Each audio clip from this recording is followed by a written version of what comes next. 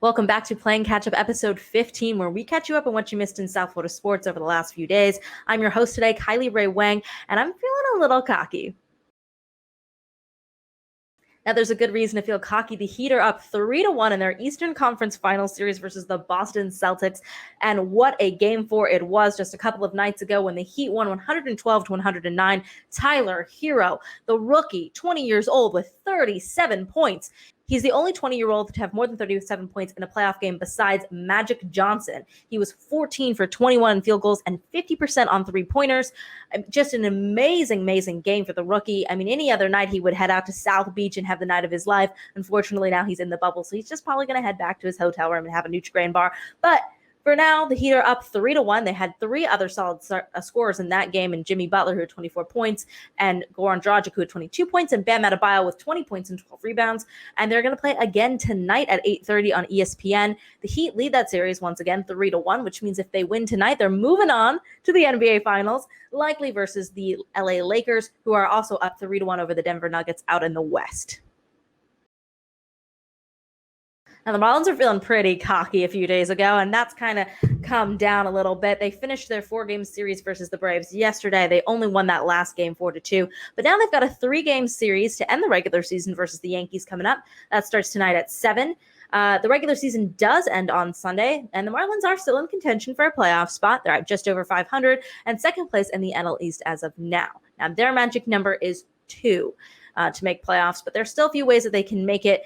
They have to win 1 game versus the Yankees, and San Francisco has to lose 2 games to the Padres, or they could win tonight, and the Phillies could lose to the Rays, or the Phillies could lose their entire series to the Rays, and it just doesn't matter. Even if the Marlins were to get swept by the Yankees, they would still make it. So big news for the Marlins. Cross your fingers. Watch out for those games in San Francisco and the Phillies. See how those go, because they're going to have a big impact on what happens to the Marlins this season. Here's a reason to feel cocky. The Miami Dolphins made their first win of the season on Thursday Night Football yesterday, 31-13 over the Jaguars in their only scheduled primetime game of the season. Ryan Fitzpatrick was absolutely stellar. 90% completion percentage. You heard that right. 90%, 18 of 20 with a 133.3 passer rating. He had 160 yards and 3 touchdowns. He's the first quarterback to win 6 games over the same opponent with 6 different teams. The team really does seem to rally around him, so don't expect to see Tua just yet, but he even completed a pass to himself in that game, so he's doing really well.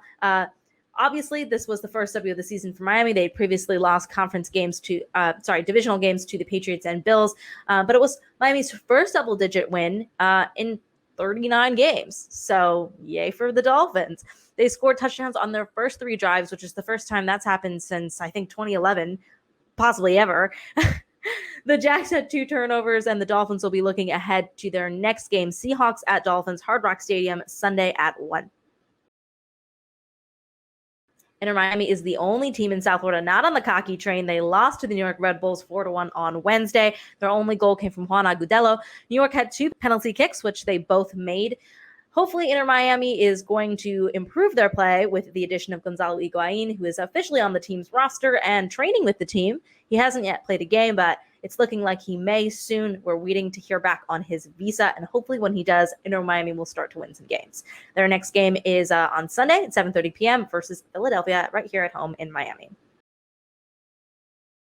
Now, the Florida Panthers hockey team came up with a pretty big trade this week. They did have some issues with it. There was a glitch, quote unquote, but they finally made it go through. Mike Matheson and Colton Sceviour over to the Pittsburgh Penguins in trade for Patrick Hornqvist, who is amazing, by the way. I was just on a press conference with him. He's super excited to be here. He talked about how excited he is to play for Florida, that he expects to be a big presence, not just on the ice, but also off the ice in the locker room, bringing that veteran leadership and experience to this team, which is very young and doesn't have much of it.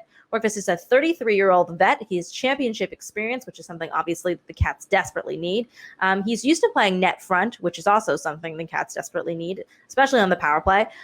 He's got 17 goals and 32 points in just 52 games this season. So even though he's getting a little bit up there in terms of age, he's still knocking him down.